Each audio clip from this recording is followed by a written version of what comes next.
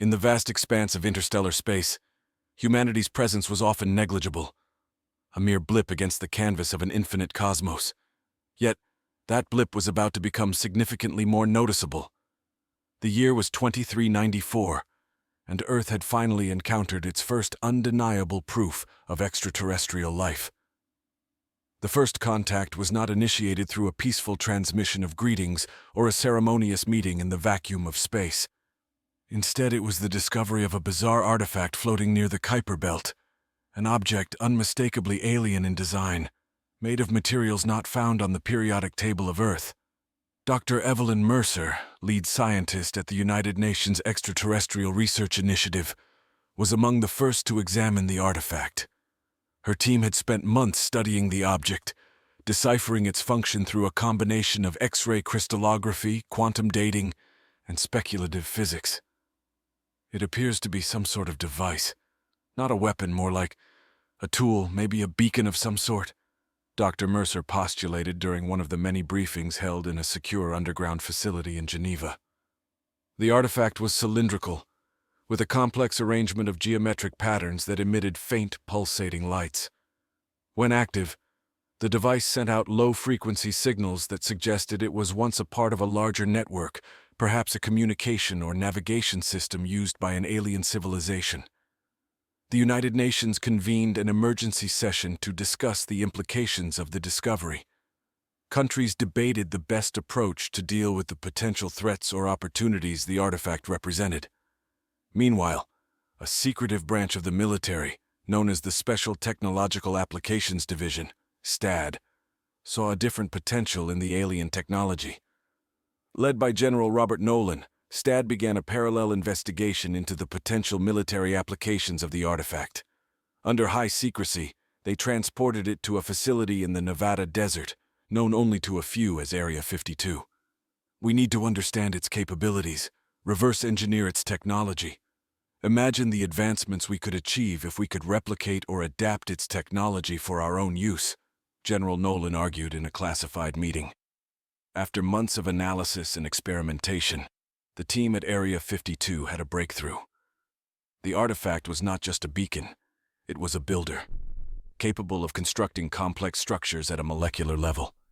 It was a tool that could manipulate matter, assemble and disassemble it at will. The implications were staggering.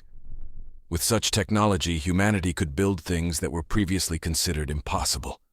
Space habitats, new materials, faster-than-light travel engines, the possibilities were limitless. But there was a catch. The power source for the device was something entirely unknown to human science. It required an element not found on Earth or anywhere in the solar system. The alien technology was fascinating, but without the power source, it was little more than an exotic paperweight. General Nolan, ever the strategist, saw an opportunity in the midst of limitation. If we can't use it as it was intended, perhaps we can adapt it to serve our needs in other ways, he suggested. The scientists at Area 52 were tasked with repurposing the alien technology. After several failed attempts, they stumbled upon a surprising application of the device's matter manipulation capabilities. They discovered that when combined with terrestrial materials under extreme conditions, the device could produce a substance with explosive properties unlike anything ever seen. "It's not just a bomb, it's a new kind of weapon," one of the lead engineers reported, her eyes wide with a mixture of fear and excitement. Dr. Mercer, having learned of STAD's secret project, confronted General Nolan. "You're turning a possibly peaceful technology into a weapon. This isn't what we should be doing with the first alien technology we've discovered," she argued. General Nolan's response was cold, pragmatic. "In the world of interstellar relations, Dr. Mercer, it's better to be feared than loved. If they find us, they should know we can defend ourselves." In the cool shadows of the United Nations headquarters, diplomats from around the world convened under a cloud of tension and secrecy. The revelation of Earth's possession and subsequent modification of alien technology had leaked, and it sparked a global debate over the ethics and potential dangers of such actions. An anonymous source had provided detailed documents to several major media outlets, showing not only the existence of the alien artifact, but also the experiments conducted to turn it into a weapon. Public opinion was divided. Some saw it as a necessary step for defense, others as a provocation that could lead to interstellar war. Evelyn Mercer found herself at the center of this storm. Despite her objections to the militarization of the alien technology, her association with the initial research made her a target for both criticism and praise. Reporters hounded her, seeking insights into the artifact's origins and capabilities. Amidst the political chaos, a new development shifted the world's focus. The artifact, silent since its arrival on Earth, suddenly activated. It began emitting a new pattern of signals, more complex and insistent than before. Scientists scrambled to decode it, fearing it might be a distress signal that could lead the alien owners right to Earth's doorstep. The signal was traced to a distant star system, previously unremarkable in astronomical surveys. Now it was the subject of intense scrutiny. Evelyn, despite the controversies, led the effort to understand the message, hoping it might offer a clue to the aliens' intentions and the mysterious element needed to fully power the artifact. General Nolan moved ahead with plans to demonstrate the power of the new weapon derived from the artifact. In the Nevada desert, a test was scheduled, intended to show the potential of the weapon to both allies and adversaries on Earth. The demonstration was also a message to the cosmos. Humanity was not defenseless. The test was a spectacle of terrifying beauty. The weapon, when activated, unleashed a force that vaporized an abandoned mountain range, leaving a glassy crater in its wake. The power was undeniable, and the implications were clear. Humanity could now tap into destructive forces that rivaled the natural calamities of the universe. The test did not sit well with the international community. Many nations condemned the show of force, arguing it could provoke the very conflict humanity should seek to avoid. Protests erupted in cities around the world, with millions calling for a ban on the weaponization of any further extraterrestrial technology. In a heated meeting at the UN, Evelyn spoke not just as a scientist, but as a representative of Earth's better angels. We have been given a tool that could rebuild worlds, heal our planet, elevate our understanding of science to unprecedented heights. Yet, we choose to use it to destroy. Is this the message we want to send to the stars? As debates raged on Earth, the artifact emitted another burst of signals, this time accompanied by a low hum that resonated through the walls of Area 52. It was different, more rhythmic, almost anticipatory. Analysts worked around the clock, decoding, translating, hypothesizing. Finally, the message was clear. It was not a threat, nor a greeting. It was a warning. The aliens, aware of humanity's actions, offered a simple choice: return the artifact and cease its misuse, or face consequences from those who had mastered its power long before humans had looked to the stars. The revelation silenced the room. Earth stood at a crossroads, its next actions likely to echo through history, defining the path of human-alien relations for generations to come. Evelyn and Nolan, representing two sides of a critical debate, realized the gravity of the decision before them. The world watched, waited, and wondered. In the wake of the alien warning, tensions on Earth reached a boiling point. The world's leaders gathered once more, this time with a singular purpose: to decide humanity's response to the extraterrestrial ultimatum. Evelyn Mercer and General Nolan stood on opposite sides of the debate, each presenting their case with conviction.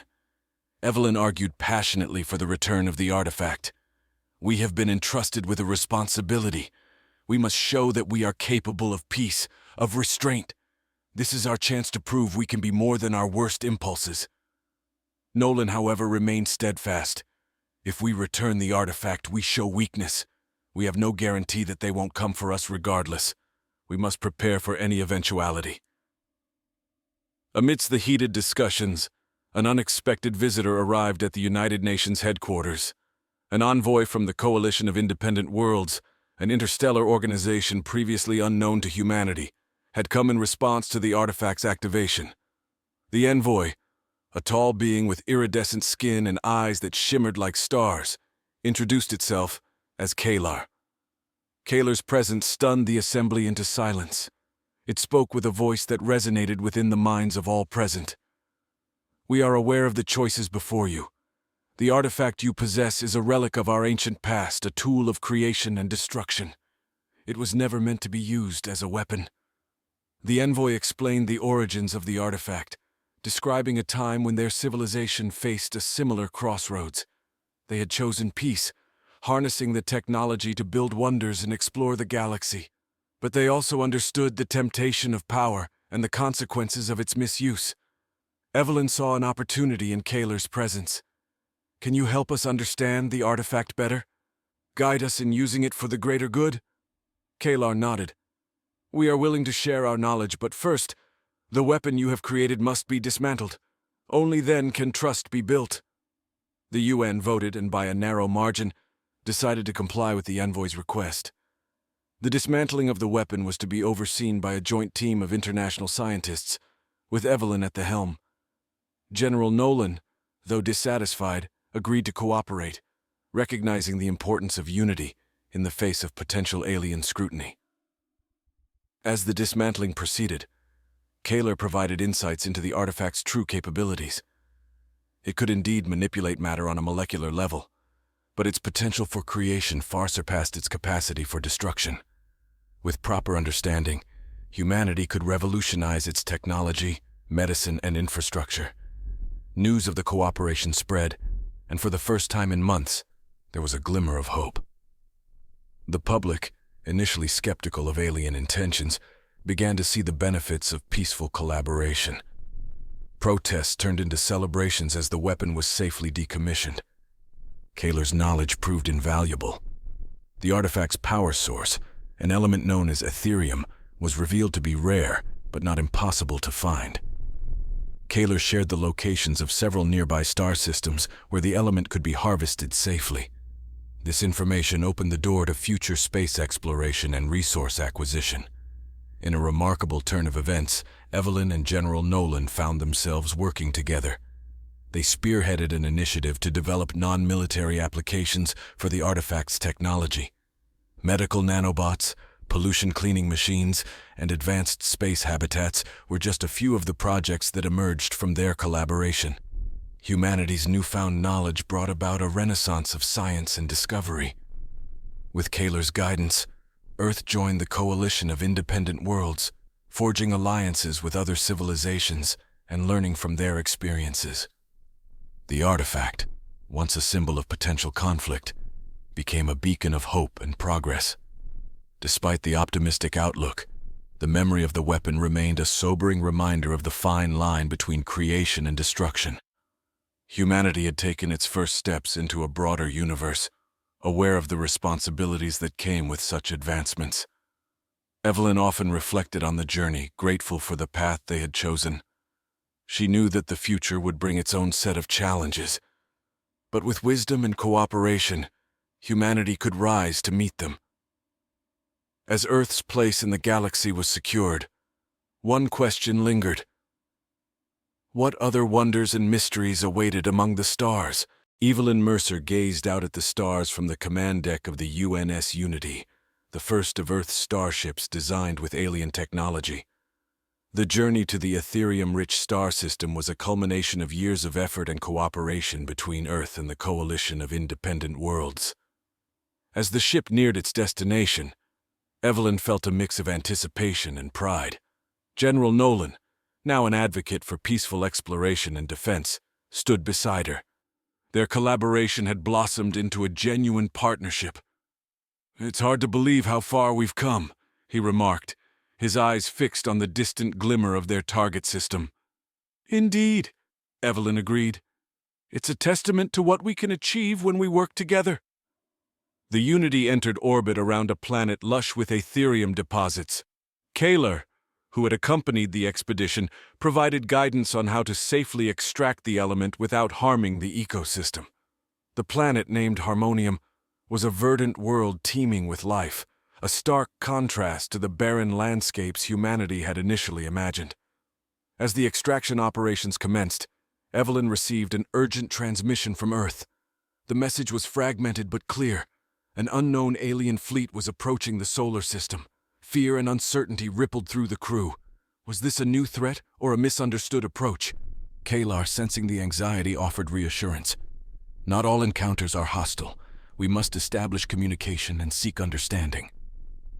The Unity's advanced communication systems, enhanced with coalition technology, were put to the test. They reached out to the approaching fleet, broadcasting messages of peace and cooperation. Hours passed with no response, the tension aboard the ship palpable. Finally, a reply came through. The alien fleet identified themselves as the Xylithians, an ancient race who had once been part of the coalition but had retreated into isolation. They had detected the activation of the artifact and had come to investigate. A face-to-face meeting was arranged on Harmonium. The Xylithians, tall and slender with skin that shimmered like obsidian, emerged from their sleek organic ships. Their leader, Zalor, spoke with a voice that resonated like a deep chime. "We feared the artifact had fallen into hostile hands, but we see now that you have chosen a path of cooperation." Evelyn stepped forward, her voice steady. "We have learned the importance of peace and understanding. We invite you to join us in rebuilding the trust that was lost." The Xylithians agreed to share their knowledge and resources, marking the beginning of a new alliance. Together, they discovered even more profound applications for the Ethereum, ranging from advanced propulsion systems to new forms of energy that could revolutionize life on Earth and beyond. Back on Earth, the news of the Xylithian alliance sparked a renewed sense of unity and optimism. Projects that once seemed impossible now had the backing of a diverse and experienced galactic community. Earth scientists, engineers, and diplomats worked tirelessly with their alien counterparts to usher in a new era of prosperity and exploration. General Nolan, reflecting on the events, addressed the United Nations. "We have faced the unknown and emerged stronger. This journey has shown us that our greatest weapon is not one of destruction, but one of unity and shared purpose." Evelyn, speaking next, echoed his sentiment. "Our place in the galaxy is not one of dominance, but of partnership. We have learned that true strength comes from understanding and cooperation. Together, we will explore the stars not as conquerors, but as friends." The final phase of the expedition saw the establishment of a permanent research and exploration outpost on Harmonium. Named Nexus 1, it became a hub of interstellar activity, drawing scholars, scientists, and explorers from across the galaxy. Here, ideas flowed freely, and the spirit of collaboration flourished. As the sun set on Nexus 1, casting long shadows over the lush landscape, Evelyn and Nolan stood together, contemplating the future. The journey had transformed them, and with it, the destiny of humanity. They had taken their first steps into a broader universe, guided by the principles of peace, understanding, and mutual respect. In the quiet moments, as the stars began to shimmer in the night sky, Evelyn whispered to herself, "This is only the beginning." The universe awaited, filled with infinite possibilities and uncharted wonders, ready to be explored by a united humanity and its newfound allies.